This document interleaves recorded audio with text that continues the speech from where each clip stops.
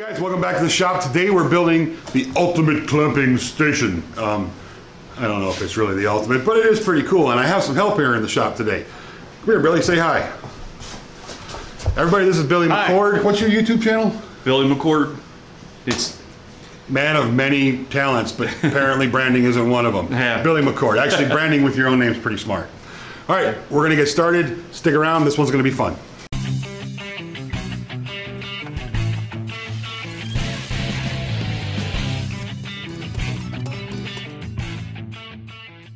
The main objective of this wall-mounted clamping system is to do it as inexpensively as possible.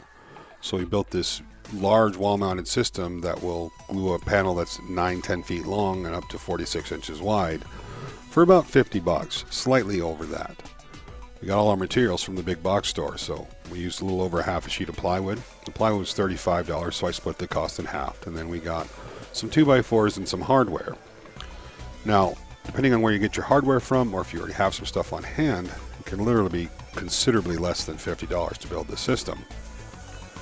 Starting with our 2x4s, we ran them through the planer. Now this isn't necessary, you could just glue them up. I wanted my system to look a little prettier, so we planed them down and then edged them on the table saw. I just took one edge off before I did the glue up, so I had one flat surface, so I could get them close. It's not going to be perfect. And then clamped everything together after we glued it up. Once the glue was dry, I used a card scraper to clean up any squeeze out. Did that on each individual piece, and then we ran them through the table saw one more time to clean up both sides. So we ran them through on the clean edge and flipped it over and ran it through again. So we have a total of a 3-inch height and just slightly over 2 inches wide.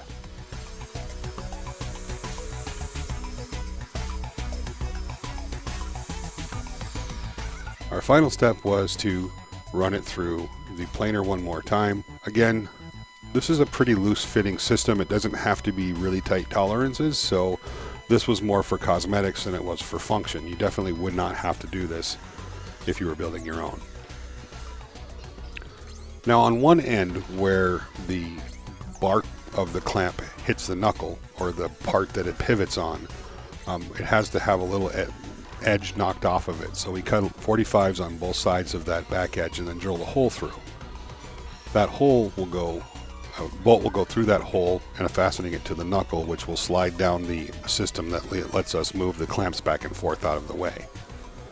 And then we took our plywood and cut a track system, a dovetail track system that goes all the way down the 8-foot length that we needed.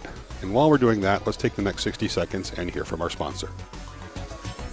When I'm traveling or using a public Wi-Fi, I want to make sure my information is safe, and that's why I use ExpressVPN. Without a VPN, you're putting your information in danger. It only takes one time, and a hacker could have enough information to steal all your data. With the information that you have on your computers, they could open up bank accounts, take out credit lines, do all kinds of things in your name. A VPN encrypts your data and makes it safe. So even if you're using public Wi-Fi, you're traveling using hotel Wi-Fi, no one can get at your information. You can also use one of their servers in 94 countries. Have you ever been on YouTube and said this video is not available in your country? Well, you can jump on ExpressVPN, use one of their servers in many of the other countries, and you'll be able to watch that video. ExpressVPN has some of the fastest speeds out there. It has apps for all your devices. It's crazy easy to use. One click and you're done. You can securely stream and download content from anywhere, anytime, without the worry of hackers getting your information. Take back your internet privacy today and find out how you can get 3 months free by clicking the link in the description box, expressvpn.com/Izzy. Take back your privacy today with ExpressVPN. Let's get back to the video. Now the dovetail track is pretty straightforward, and I left it pretty loose when I nailed it together so it would have plenty of slop so they would slide down easily. Now after all that was done, we needed to cut out all the parts that make the head and the mechanism that the bolt goes through to tighten our clamps down. And to do that, we use the CNC. Now you could of course do this on a bandsaw or just with a set of patterns that you can make. For us, it was a matter of time. We were both headed to the Atlanta Woodworking show and needed to get this done as quickly as possible. So Billy went ahead and cut out all the parts after they came off the CNC and then cleaned them up with the sander.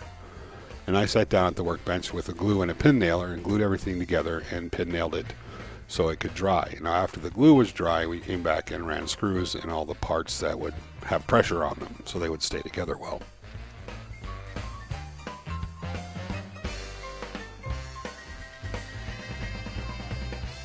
Now on the head of the clamp, or the part that the bolt goes through, we just seated a 1/2 inch nut in between two pieces of plywood and then glued them together.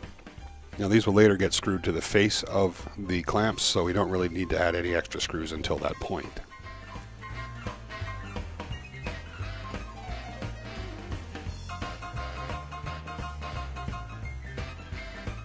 So we had a good system going. Billy was drilling all the holes and I was putting in all the screws, and the last thing we needed to do before we start assembly is to add the dovetail track or slide to each of the knuckles that will hold the clamps.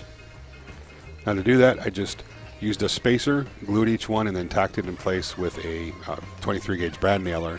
And after the glue had dried, I flipped them over and ran 2 screws in from the back, because these will have a considerable amount of weight on them. They needed to be screwed into place.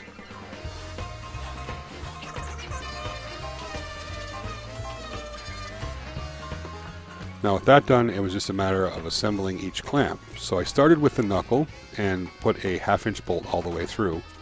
Now originally I intended on having this full width, and I wasn't going to run them through the planer, so these bolts ended up being a little bit long, but that's okay. It's not going to hurt anything.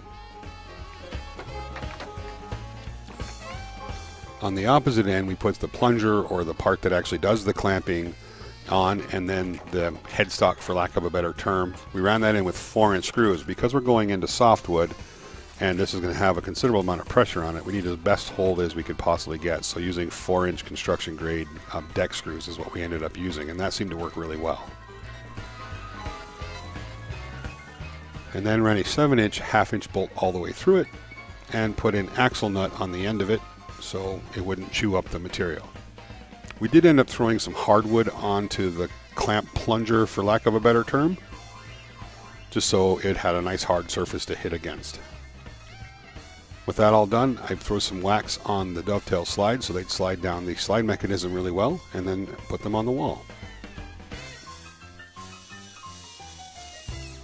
Now my shop is all cinder block, so I keep an inexpensive hammer drill around just for things like this. Now it's important that the slide is level, and the shelf that I mount below it, which you'll see in a minute, is also level. That keeps my surface level all the way across the clamping surface, as it were.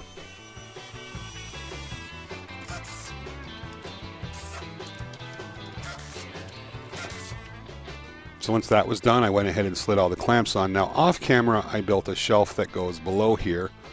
And when I'm not using this, I'm going to store all the clamps to one side.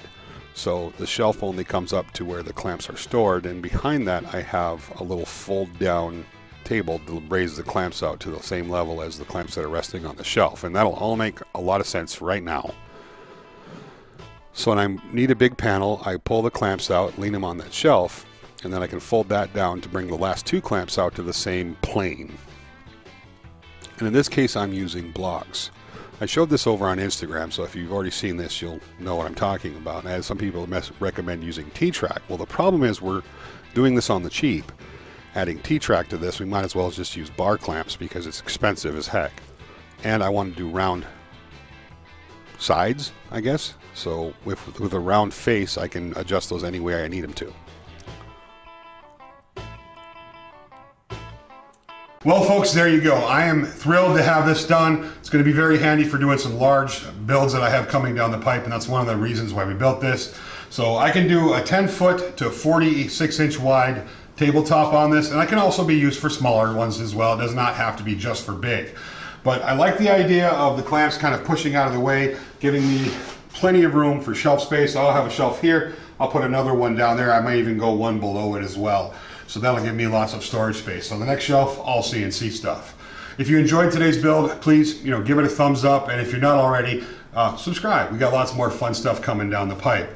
Now, I did make plans available for this and a couple of changes. The plans call for 1-inch holes every 4 inches on here, so you have some adjustability. For me, it's not important enough to do it, so I didn't mess with it. Want to thank ExpressVPN for sponsoring today's video, and we'll be talking to you guys later. Don't forget to come back. We got lots more fun happening here. See you later.